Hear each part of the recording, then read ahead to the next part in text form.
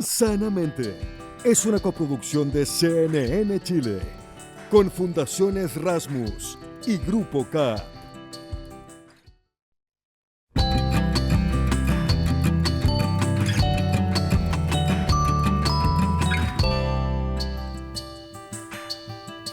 ¿Cómo están? Bienvenidos, bienvenidas otra vez a Sanamente. Aquí, como siempre, tenemos conversaciones tan importantes y fantásticas para hacer de nuestra vida una mejor.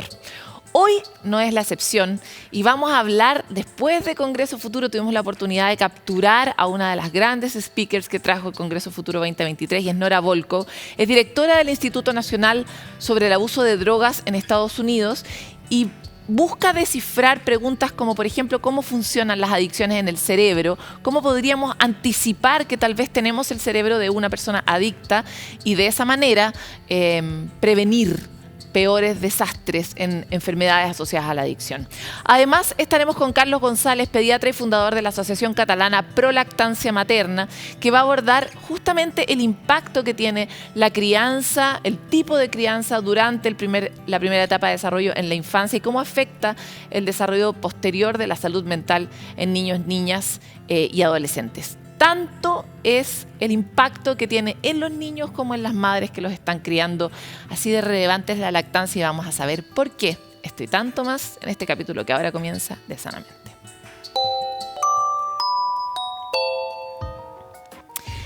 La maternidad y la paternidad después de la pérdida de un hijo en gestación es un proceso difícil, ¿verdad? ¿Cómo podemos criar sin desconocer el duelo que existió antes en un periodo que debería además estar marcado simplemente por la felicidad de un nuevo hijo? Lo queremos revisar en la siguiente nota de Magdalena Fuenzalía. Un embarazo luego de la pérdida de uno anterior es un mundo de emociones. Un momento en que la felicidad se mezcla con pena, culpa, miedo. Camila junto a Rodrigo supieron de la noticia de su embarazo en 2020. Fue cuando empezaron a esperar la llegada de Beltrán, pero en la semana 28 todo cambió. Y esa yo creo que ha sido la noche más dura que he tenido en mi vida con Rodrigo.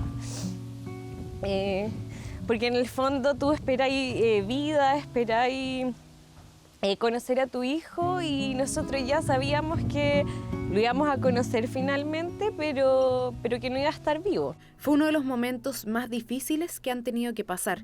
Cuestionarse si está en los libros realmente ser mamá o no. Tomó un tiempo de sanación antes de que decidieran volver a intentarlo. Fue así como llegó Martín.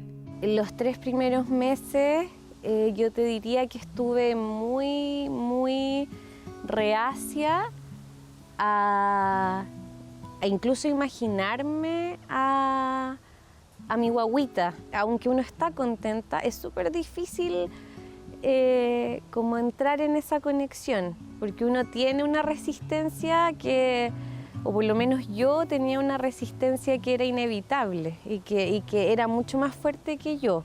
O sea, yo a Beltrán le puse nombre, no sé, a los 2 meses. Y con Martín me costó mucho como hacerlo él en el fondo, como que era la guagua. El concepto de maternidad arcoíris surge a partir de unir 2 fenómenos, ¿no? La tormenta, que asimila lo que fue el duelo perinatal, y la salida del sol, que sería la venida de este nuevo hijo o hija a la vida de la familia. Si las emociones de la experiencia pasada no se escuchan y trabajan, puede tener un impacto, no solo en los padres, sino también en este nuevo hijo o hija que viene en camino. Si bien la sensación de que es un niño arcoíris, por así decirlo, que lo encuentro muy bonito en la metáfora, nosotros nunca tampoco quisimos darle como esa carga, ¿cachai? Como que Martín es Martín, es el segundo hijo, y ya está, como que no nos complicamos mucho más, pero eso se fue dando en el camino. Cuando hay un duelo y en la medida que este duelo esté lo menos elaborado, más se va a transmitir de otras formas que no son la elaboración, la posibilidad de pensar. Y eso es complicado para estos niños, niños y niñas que tienen que cumplir esta expectativa, que es una expectativa gigante de devolver la felicidad. Otra cosa importante es tener mucha conciencia de que este hijo o hija que viene no viene a reemplazar, tiene que tener su libreto propio, no puede ser el libreto que tenía el anterior, ¿no? Y en ese sentido tiene que ser un hijo que tenga las posibilidades de ser quien quiera ser. O sea, creo que es muy importante darle a cada uno su lugar y su espacio. Entender, yo les digo a las mujeres, esto es como un capítulo de un libro y necesitamos en algún punto poner un punto para poder pasar al otro capítulo y entender que son todas partes de mi historia, pero son dos historias separadas. Estar acompañada, realizar ritos de despedida y contar con apoyo psicológico pueden permitir comenzar este nuevo proceso de una manera más sana. Beltrán es parte de nuestra vida, es parte de nuestra familia, es parte de nuestra historia, pero como cualquier hermano mayor, así lo veo yo. Para mí Martín es mi segundo hijo. Yo creo que sí, lo he disfrutado mucho, demasiado, porque quizás mis ganas de ser mamá eran demasiadas.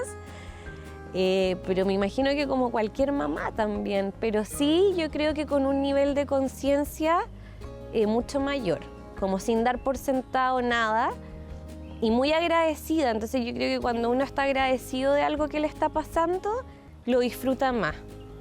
Y así ha sido con Martín, para mí es un regalo.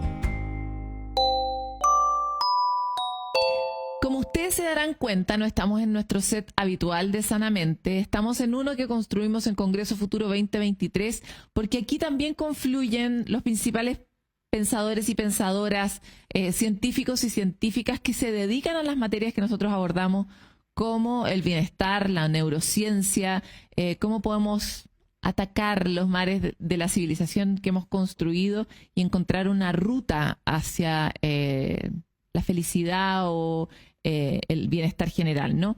Para hablar hoy de eso es que estoy con Nora Volkow.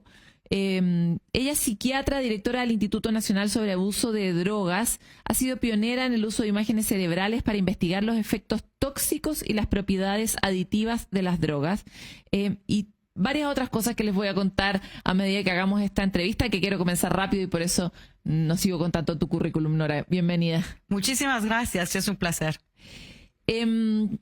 Quisiera partir por este descriptor que hice al inicio de tu presentación, que es esta ruta que tomaste tú para identificar a través de imágenes cerebrales el impacto del uso de drogas, porque leía antes de comenzar esta estructura particular el impacto que tiene en la corteza prefrontal, ¿no? Que es no sé, yo no soy científica, no soy bióloga, pero si uno le pudiera asignar a un pedazo de nuestra cabeza el valor de lo que hemos construido como civilización, pareciera que está como por aquí, ¿no? Como por la misma zona. Entonces, primero, ¿nos podría explicar brevemente qué es la corteza prefrontal y qué lograste descubrir al comparar estas imágenes?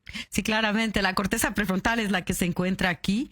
Es quizás la más desarrollada en el ser humano con respecto a otros animales y es la que nos permite hacer el pensamiento abstracto y nos permite mantener memoria de muchas posibilidades de tal forma que podamos pensar rápidamente y elegir lo que tiene mayor sentido. También la corteza prefrontal hace algo que la gente no piensa, pero le da valor a los reforzadores. Entonces, si tengo mucha hambre, la comida tiene un valor enorme. Pero si ya comí, ya no lo tiene. Y entonces la corteza prefrontal cambia la evaluación y motiva mis acciones. ¿No? Totalmente sabia, pero también hace otra cosa que es crucial. Nos controla, nos permite controlar nuestras emociones. Imagínate que vas manejando y alguien te insulta y quieres insultarlo y dices, no, cálmate. O cuando quieres comer otro postre dices, no, voy a ganar peso. Entonces esa capacidad de control, de autodeterminación, y por eso dije, las adicciones nos dan una perspectiva de lo que es el libre albedrío, porque la corteza prefrontal es la que nos lo permite hacer.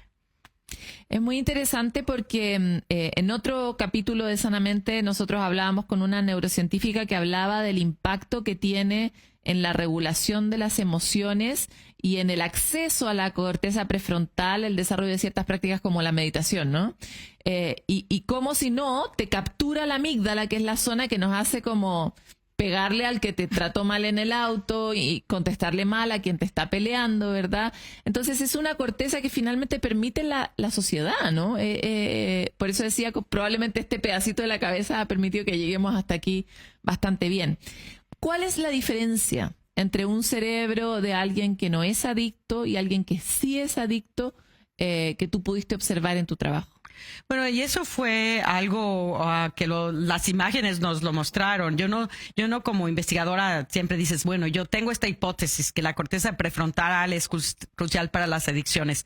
Nada de eso. En general se pensaba que las adicciones estaban en el sistema, era de desajustes del sistema de reforzamiento, de placer, el sistema límbico. Pero cuando empecé a hacer todos estos estudios, me di cuenta que podía básicamente diferenciar, adivinar quién era una persona adicta en base a cómo estaba el funcionamiento de la corteza prefrontal.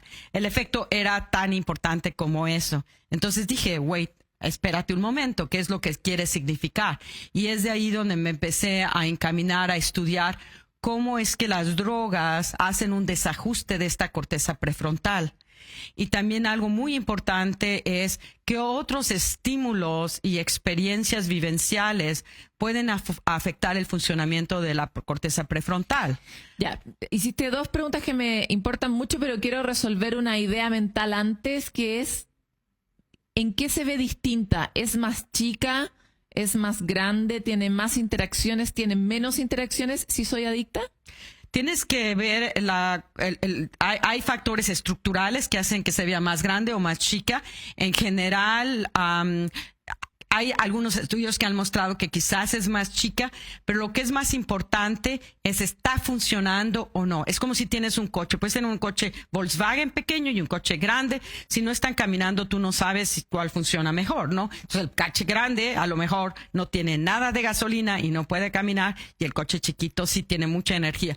Entonces es lo que vemos. ¿Se apaga la corteza? Se apaga, es una metáfora perfecta. Se apaga la cantidad de luz, no es que esté totalmente oscura, sino que la cantidad de luz se va para abajo. Y una cosa crucial que sabemos del cerebro es que funciona, es una network, o sea, hay muchísimas, una red complejísima, y las conexiones de la corteza prefrontal en los adictos están altamente disminuidas en la mayor parte, y sin embargo hay particularmente la conexión entre la corteza prefrontal y el sistema límbico parece casi desconectado. Entonces, de esa manera que la corteza prefrontal, si no están funcionando esas conexiones, no lo puedes lograr controlar. Por lo tanto, en términos concretos, si yo tengo apagado esto y tengo el impulso, por ejemplo, de inyectarme heroína, no hay nada que aquí me diga, en el fondo este Pepe Grillo que me hace como evaluar la realidad, no me dice nada y yo tengo un acceso mucho más directo al impulso.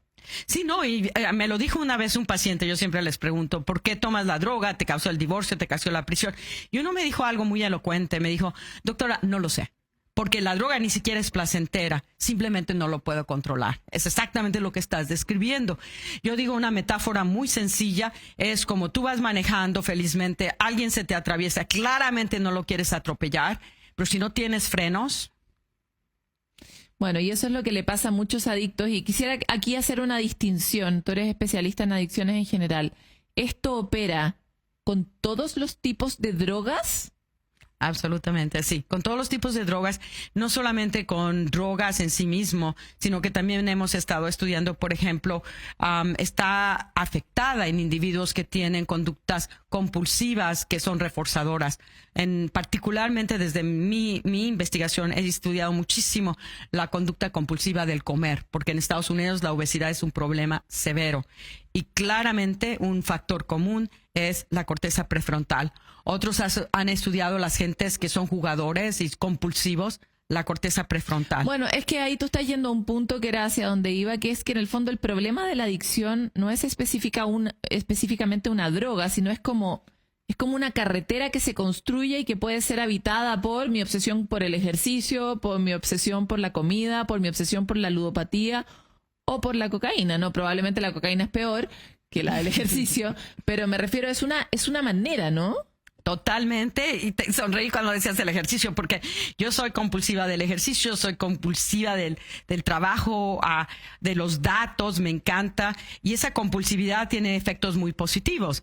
Es cuando se vuelve patológica y rígida, cuando tú no puedes decir, bueno, voy a ir a ejercitarme 2 horas y ya, y haces otras cosas. Te puede tener un efecto benéfico, pero si tú tienes la incapacidad de flexibilidad de cambiar tu compulsividad al ejercicio o a leer o a otras actividades, mientras tú puedas O a ver cambiar de redes, una ¿verdad? de otro. Otra cosa. Lo mismo con los celulares, y yo me encuentro a veces checándole, particularmente cuando, como lo decía ayer, cuando estoy aburrida o cuando hay un estrés. Entonces, pero si se acaba esa situación y lo dejo. Entonces tenemos esa flexibilidad, es cómo funciona nuestro cerebro. Entonces la compulsividad en sí misma no necesariamente es negativa. Es negativa cuando viene a costo de la flexibilidad de otras conductas. Y para los sistemas sociales, de redes sociales, lo que me preocupa a mí mucho es que uno de los factores más importantes de nuestro bienestar son las interacciones humanas. Y en el punto en que empiezas a dejar esas interacciones humanas presenciales y dependes totalmente de las redes sociales, gente que es vulnerable puede tener efectos muy negativos. Totalmente. Quisiera volver sobre un punto porque años atrás tuve una experiencia muy cercana con adicciones de alguien muy querido y hablaba con el psiquiatra y me decía, Paloma, no sabemos. Existe una cosa como que nosotros llamamos factor X, que es que no sabemos por qué esta persona es más vulnerable, por ejemplo, que tú ante la exposición a un mismo tipo de droga. ¿Eso sigue siendo real? Absolutamente, totalmente. ¿Y qué síntomas previos puedo yo distinguir, por ejemplo, en mis hijos o hijas o en mí mismo para saber si yo podría ser mucho más vulnerable que otro a, por ejemplo, el consumo de cocaína? El primero que yo diría es hay historia de adicciones en tu familia. Alcohol, tabaco, cualquier tipo de adicciones. Hay factores genéticos que van a través de todas las adicciones, que te vuelven vulnerable. Y hay otros factores que yo consideraría. Hay ciertas enfermedades mentales que te vuelven más vulnerable. ¿Cuáles son? Enfermedades, desórdenes de la ansiedad, desórdenes de depresión, lo que llamamos enfermedad bipolar, y también la psicosis, y también los déficits de atención. ¿Por qué? Porque en esa situación el uso de las drogas es algo que puede temporalmente automedicar a la persona. Aliviar un poco el exactamente. dolor, ¿no? Ahora, te hacía una pregunta al inicio respecto de si todas las drogas son igualmente peligrosas y tú me dabas este ejemplo de la comida también. Pero sabemos que hay ciertas drogas, yo he mencionado aquí mucho la cocaína, pero en Estados Unidos hoy día, no sé, la heroína o el crack tienen una tasa de adictividad como aparentemente más alta. ¿Es eso cierto o no? Absolutamente, hay drogas que son mucho más adictivas. ¿Cuáles? Quizás la droga más adictiva que hay y lo categorizado por el número de personas que la consumen y se vuelven adictas, y también por otra medida que es cuánto tiempo te lleva de que la estás consumiendo a que te vuelvas adictas. Es decir, el momento que te vuelves compulsivo, no tienes control. La metanfetamina es la que produce el mayor número de adicciones en gente que la consume y escalamiento más rápido. Pero también la cocaína es muy adictiva. Mucho de ello depende también de cómo la administras. En Sudamérica, por ejemplo, mucho de la administración se hace snorting. Y eso es mucho menos adictiva de la forma como se hace en Estados Unidos, que es te la inyectas o la fumas a una concentración muy alta. Esa forma es altamente adictiva. En Estados Unidos estamos peleándonos sin lograr todavía ver que vamos ganando de ninguna manera con el fentanilo. El fentanilo es un opiáceo sintético 50 veces más poderoso. No, yo he visto muchas muertes aparte. Exactamente. O sea, el año pasado hubo 110,000 muertes, principalmente gente joven. Y estamos empezando a ver muertes de adolescentes por el fentanilo. O sea, es un problema general que vemos a través de los Estados Unidos. No sé si tú conoces una droga, aquí está muy de moda entre los jóvenes, que se llama Tusi. No. Es rosada, es polvito, pero no sé cuál es el compuesto. Ahí dirección me va a buscar el compuesto a ver si lo podemos hablar. Lo planteo porque una de las cosas que me sorprendió en mi propia experiencia con una adicción cercana y querida fue la enorme falta de información que tenemos, porque cuando somos jóvenes queremos probar el mundo, obviamente, pero uno no tiene distinciones respecto de, por ejemplo, ¿soy yo una persona más o menos indicada para probar una droga? ¿Es esta droga más o menos peligrosa que esta otra? O sea, lo pienso en todos los jóvenes y adolescentes que están muriendo de fentanilo, ¿no? Etcétera. Como, ¿qué opinas tú sobre la educación sobre las drogas? Versus el paradigma de muchos años que ha sido simplemente no. ¿Qué piensas sobre eso? Bueno, primero, tú lo dices claramente, existe la curiosidad del ser humano y el otro es, básicamente nuestro cerebro responde a estímulos placenteros y las drogas te dan la oportunidad de ver nuevas sensaciones mentales y también te dan el placer. Entonces, por ende, la problemática. La situación es que como joven y particularmente hasta los 21 años, el consumo de las drogas es mucho más alto riesgo porque el cerebro es altamente neuroplástico.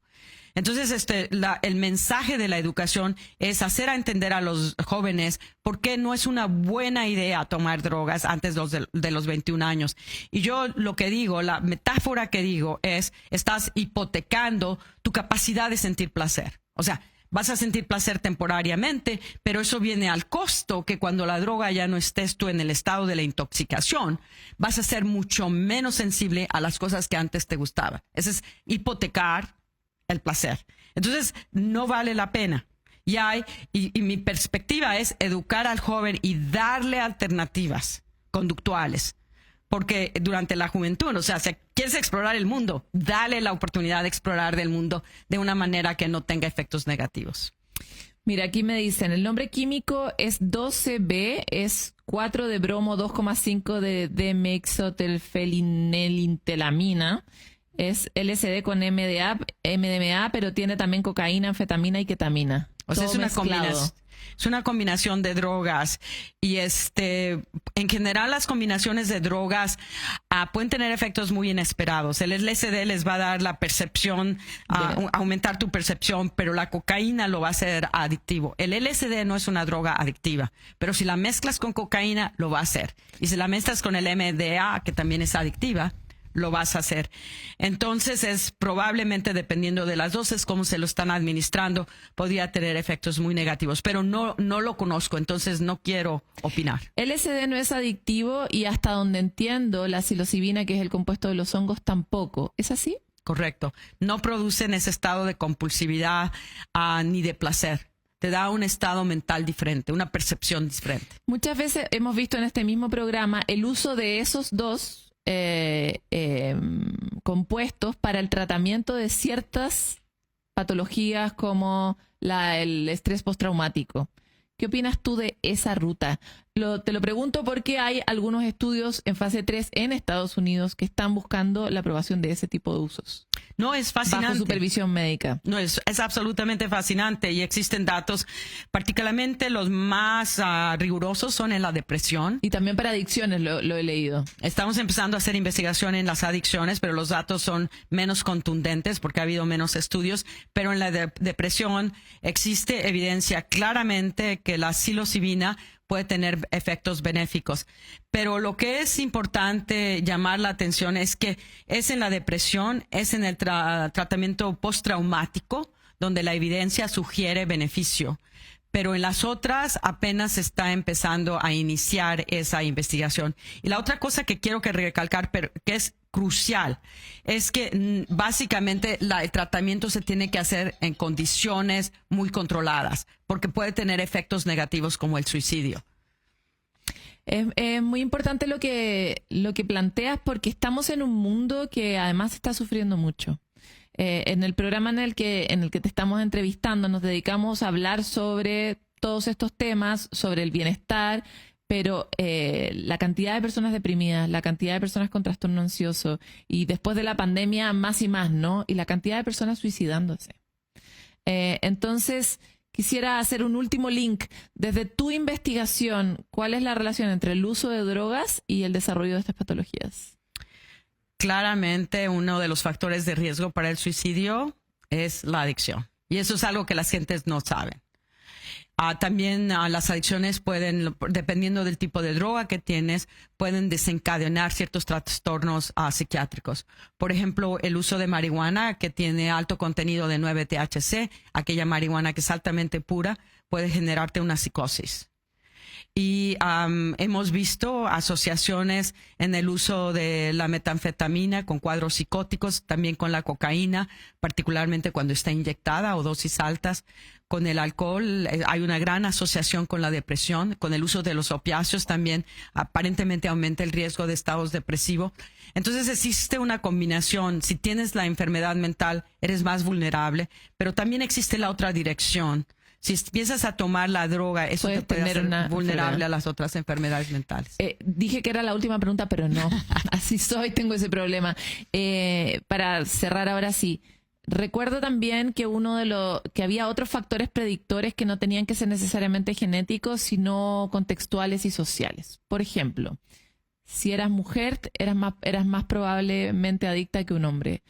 Si habías tenido muchos problemas en la infancia, eras más probablemente adicta que una persona que había tenido una familia constituida. ¿Es eso así aún?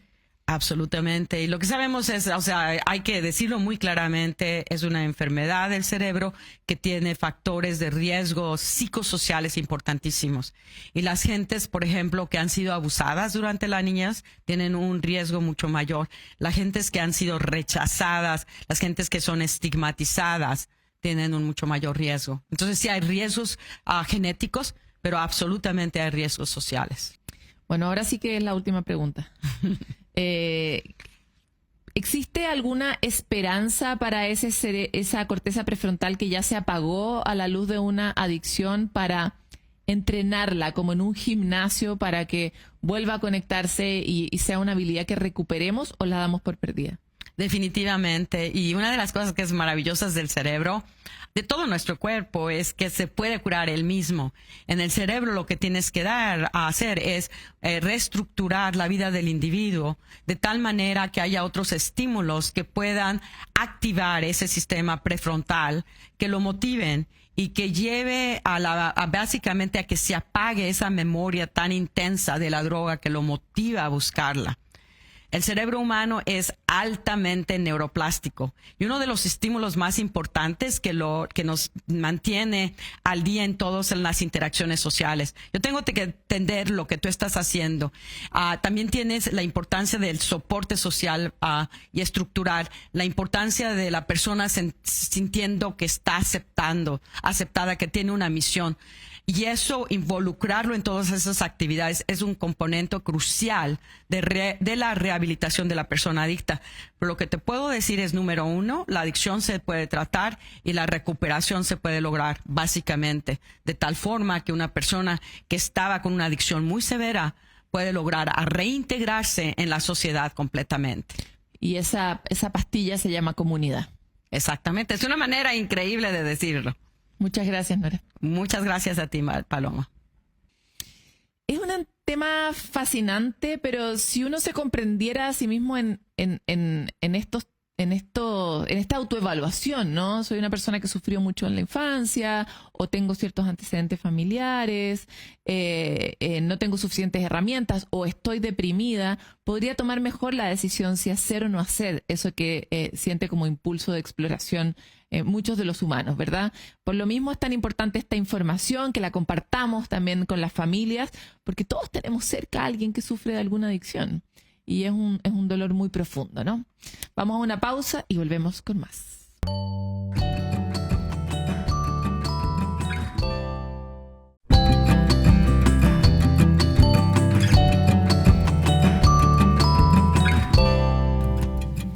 Como ustedes saben, en estas cápsulas de la mano de los expertos podemos comprender distintas patologías o tipos de personalidad o cosas que no sabemos respecto de la salud mental. En este caso, la académica de psicología de la Universidad Católica y cofundadora de Psiconecta, Candice Fisher, va a explicar qué es el trastorno de personalidad narcisista. Lo escuchamos, se lo decimos a veces a otras personas, pero qué características tiene, cómo lo podemos identificar y eventualmente cómo podríamos colaborar.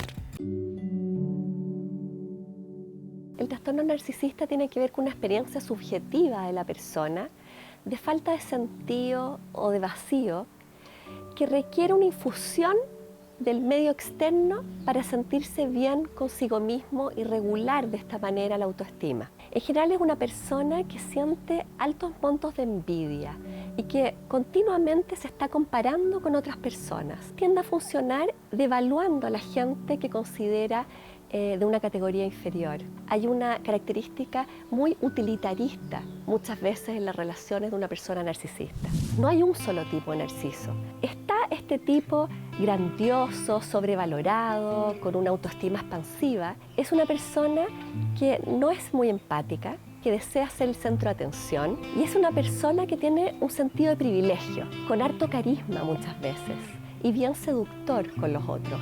Pero también existe un narcisismo que está en el otro lado del continuo, que es una persona más bien retraída, pero que en su fantasía aspira, sueña con este éxito, reconocimiento, estatus, poder. ¿Qué causa el narcisismo? Sabemos que hay una parte genética, pero también sabemos que mucho tiene que ver con las relaciones en la infancia. Importante ser asertivo o asertiva con una persona con un trastorno narcisista para que las necesidades propias en una relación de pareja, familiar, de amistad, también puedan ser valoradas y tener un espacio. Es egosintónico, significa que la persona no se da cuenta que tiene un trastorno. Al contrario, muchas veces, sobre todo el narcisismo más grandioso, la persona se siente muy bien consigo misma, consigo mismo y tiende a pensar que los problemas son de los otros. Por lo tanto, muchas veces la persona no tiene conciencia de que puede significar un daño en las relaciones con otros o que puede tener algo problemático. ¿Hay posibilidades de mejora? Las hay. Sabemos que hay terapias especializadas que sí son efectivas con personas con trastornos narcisistas. Sin embargo, funcionan mejor cuando hay un deseo de la persona que tiene un trastorno narcisista de buscar ayuda y de ser ayudada o ayudado.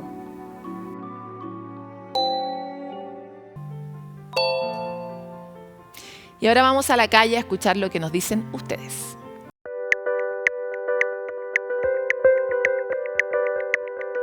La terapia me ayudó en el sentido de que yo pude ver cosas que no veía y ver de otros puntos de vista. Eso fue muy importante. Cuidarse uno mismo y aprovechar las situaciones y las cosas que las oportunidades que uno se le dan, porque ya está la oportunidad, pero uno tiene que tomarla. Y esa decisión es la que les invito a tomar, que si yo quiero algo y lo puedo hacer ahora, es ahora, no es mañana.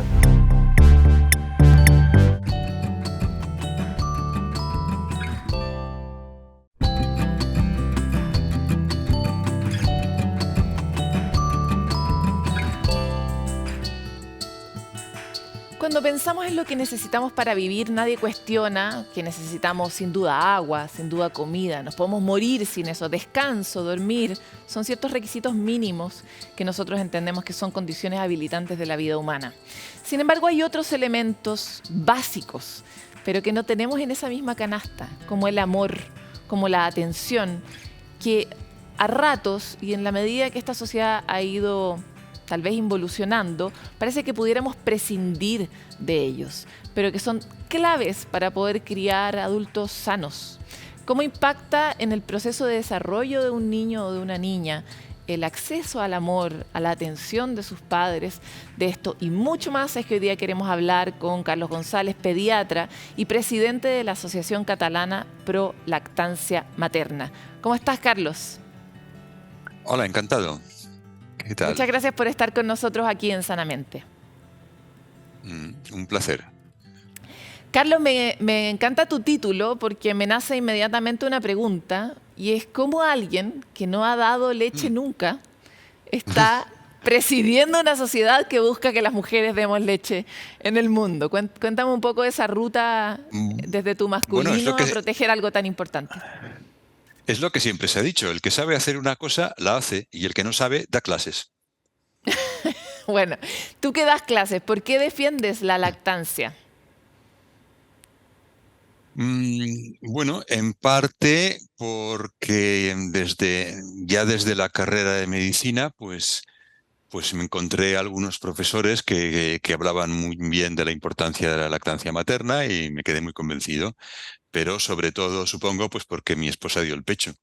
Claro, si mi esposa mm, no hubiera querido o no hubiera podido dar el pecho, si hubiera dicho, ay, esto es muy difícil y yo no tengo leche, pues supongo que yo sería otro más de tantos pediatras que dicen que sí, que la lactancia materna está muy bien, pero que tampoco hay que preocuparse. Claro. Ahora me encantaría poner el foco, nosotros hacemos otros programas donde hablamos de la importancia de la lactancia desde el punto de vista del acceso a la salud, ¿verdad? A la microbiota, etcétera. Pero hablemos ahora simplemente de la lactancia como un canal de afecto. ¿Por qué la lactancia es importante y de qué manera nutre al niño o a la niña lo que necesita en materia de afecto? Pues la verdad es que de modo indirecto. Es decir, que tampoco tenemos que tener la idea de que la lactancia permite dar un afecto que el biberón no permite, no en absoluto. Es decir, seguro que las mamás que dan el biberón pues también pueden dar muchísimo afecto a sus hijos. La ventaja que puede tener la lactancia en ese sentido es que la madre es insustituible. Es decir, con el biberón, pues se corre el riesgo de aceptar que otras personas se encarguen, otros familiares o incluso contratar a alguien que se encargue de cuidar al niño. Cuando se da el pecho, pues la madre tiene que estar allí 10, 12 veces al día durante un buen rato. Ahora, también lo puedes hacer dando el biberón. En ese sentido, me parece importante recoger parte de las entrevistas que leí antes de iniciar esta conversación, donde tú decías que es muy importante para un niño en su desarrollo que tenga acceso a sus padres, por lo menos hasta los 2 años. ¿Por qué? Bueno, los niños necesitan a sus padres, es decir, es un hecho que los niños sin sus padres o sin alguien que haga las mismas funciones que sus padres morirían. Y no solamente los primeros 2 años, es decir, un niño de 3, de 5, de 7 o de 12 años, pues no puede vivir sin alguien que le cuide. Y llegamos a la extraña situación, al menos aquí en España, pero sospecho que en Chile estará ocurriendo lo mismo, que en los orfanatos siempre están buscando padres que adopten a los niños huérfanos o al menos padres de acogida. En un orfanato hay enfermeras, hay puericultores, hay maestros, hay psicólogos, hay pediatra, y todas esas personas con estudios, con experiencia, todos están de acuerdo en que este niño estaría mejor con unos padres que aquí. Cuando la mayor parte de la gente que adopta niños precisamente es porque no ha podido tener niños, es decir, no tienen ninguna experiencia, son novatos que no saben cuidar niños y sin embargo los verdaderos expertos que llevan años trabajando en un orfanato dicen no, seguro, hay que buscar unos padres, una familia con la que puede estar este niño, estará mejor que en esta institución. Y en cambio, a aquellos niños que tienen la desgracia de tener padre y madre, pues siempre hay alguien diciéndole a los padres que tenéis que llevarlo a la guardería, que tenéis que dejarlo en el comedor porque si no, no aprenderá a comer, no aprenderá a relacionarse, no aprenderá no sé qué, no sabrá colgar la bata de un perchero, hay que llevarlo a campamentos durante el verano para que se socialice con otros niños. Es decir, cuando los niños tienen padres, parece que el objetivo sea separarlo de los padres el mayor tiempo posible. ¿Cuál debiera ser el centro de acuerdo a tu experiencia? Imaginemos esta sociedad utópica donde las cosas funcionan como debieran. ¿Cuál debiera ser una relación común de un padre y una madre con un niño o una niña? Bueno, lo normal sería... A ver, yo no fui a una escuela hasta los 5 años. Y no soy un bicho raro, es decir, en mi infancia, en España, las guarderías eran tan raras que el nombre estaba en alemán, se llamaban Kindergarten. Siempre ha sido lo normal. Entonces, en estos momentos que en España tenemos, me parece que son casi 3 millones de parados, pues resulta que paradójicamente, mientras 3 millones de personas que querrían trabajar se tenían que quedar en casa porque no hay trabajo para todos, 500.000 de madres que tienen bebés de menos de 1 año tienen que ir a trabajar a los 4 meses porque solo tenemos 4 meses de permiso de maternidad. Así de absurdo lo tenemos organizado todo. Ahora, Carlos, avancemos un poco sobre las cosas absurdas de la vida. Durante mucho tiempo fue muy famosa esta técnica de que la mejor manera de entrenar emocionalmente a tu hijo era, por ejemplo, dejarlo llorar durante largos ratos para que, sobre todo en su primerísima infancia, cuando era un bebé, no se acostumbrara a, y voy a decir toda la barbaridad junta, manipular a sus padres desde temprana edad. Hablemos un poco de cuán deformada está esa percepción y hacia qué lugar debiéramos ir en materia de la atención de los llantos, por ejemplo, de los niños. Sí, yo creo que todo parte de un concepto básicamente erróneo, que es que si un niño hace varias veces seguidas o le hacen varias veces seguidas una cosa, se acostumbra y lo querrá hacer toda la vida. En algunos casos no hace falta que sea varias veces seguidas, es decir, se les llegaba a decir a los padres que si una sola noche te lo metes en tu cama ya no querrás salir nunca más porque se acostumbrará. Dios mío, una sola vez se va a acostumbrar. Pero claro, es que el concepto es absurdo, porque si fuera así, pues no podrías llevarlo en un cochecito de bebé porque se acostumbra y luego querrá ir toda la vida en cochecito. No le podrías poner pañal porque se acostumbra y luego toda la vida llevará pañal. Evidentemente no es así. Los bebés van en un cochecito 2 o 3 años y luego caminan. Los bebés llevan pañal 2 o 3 años y luego van al retrete como todo el mundo.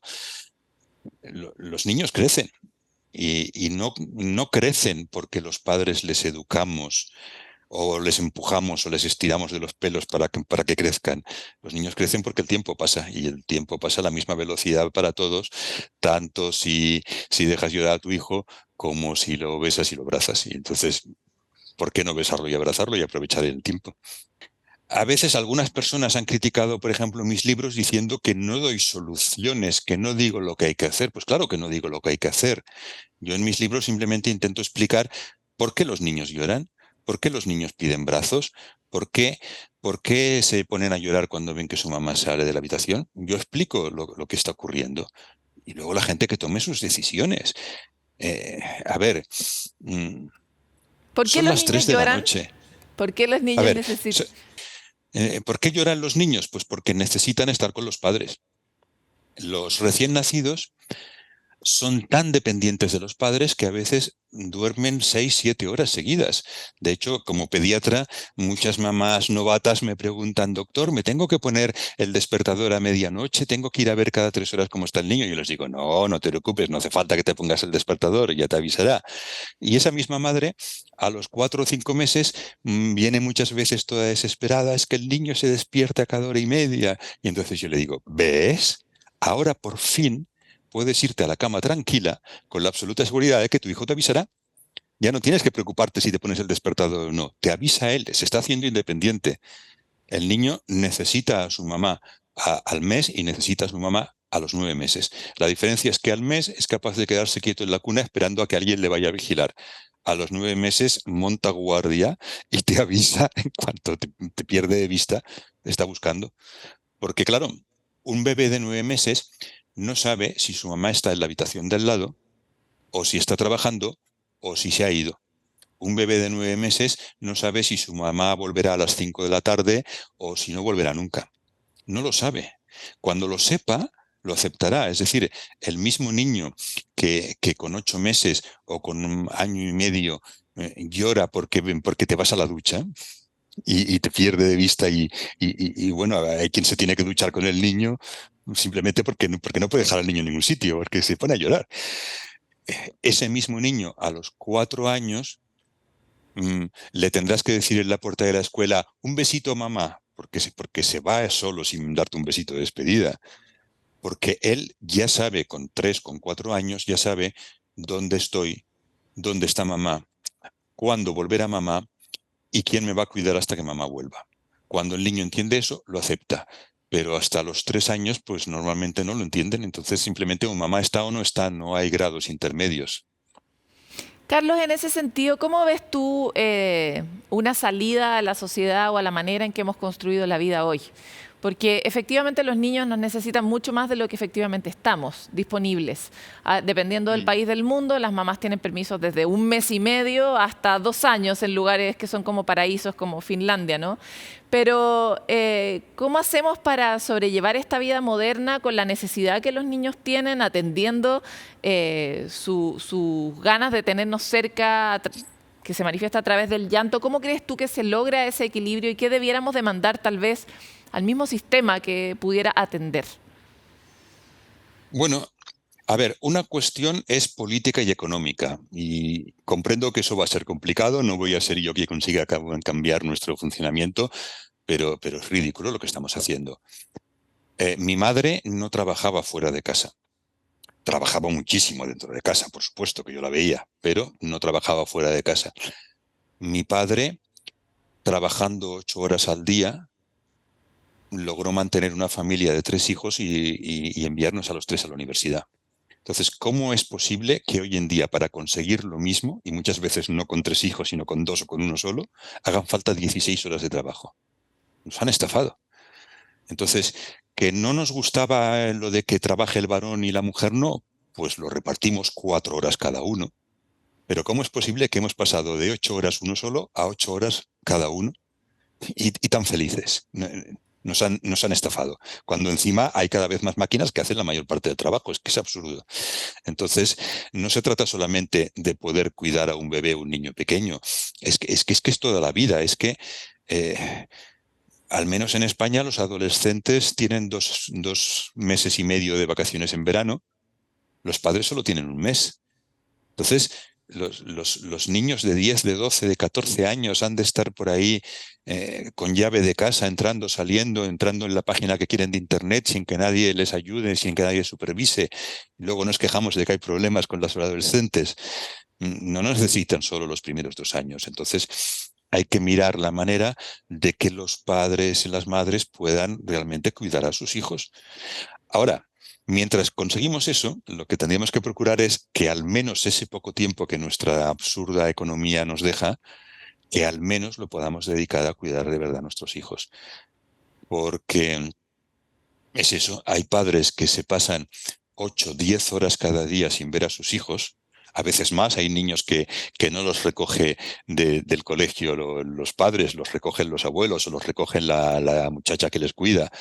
Hay padres que están 8 o 10 horas al día sin ver a sus hijos, y el poco rato que les pueden ver resulta que es para sentarle en la silla de pensar, para ponerle límites, para gritarle, para castigarle. Pero por el amor de Dios, pero abrázale, cuéntale un cuento, te lleva todo el día esperándote. Sí.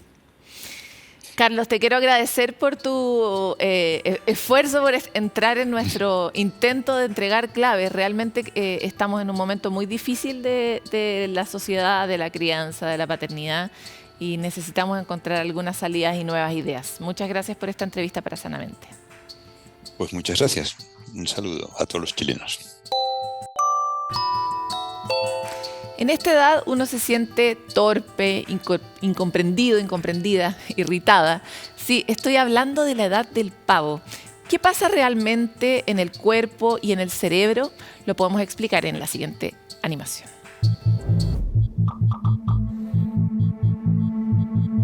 El pavo es un animal muy sensible a los cambios, ya sea el clima, la luz y los ruidos, a los que suele responder con reacciones inesperadas, como graznidos descontrolados. Muy similar a un adolescente, por eso se les suele decir que están en la edad del pavo.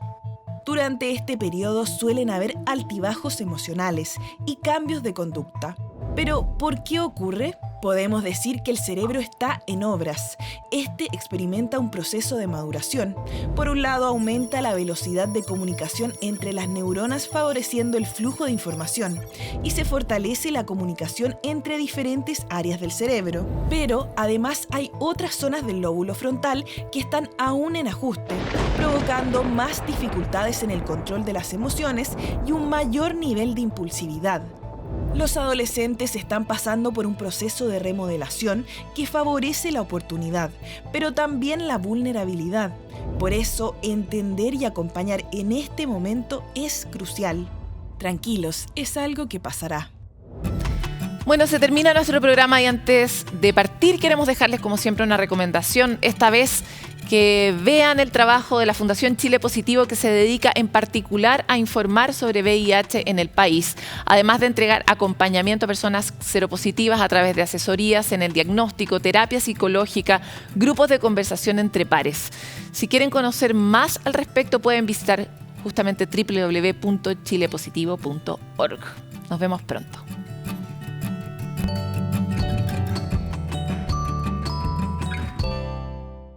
Sanamente es una coproducción de CNN Chile con Fundaciones Rasmus y Grupo K.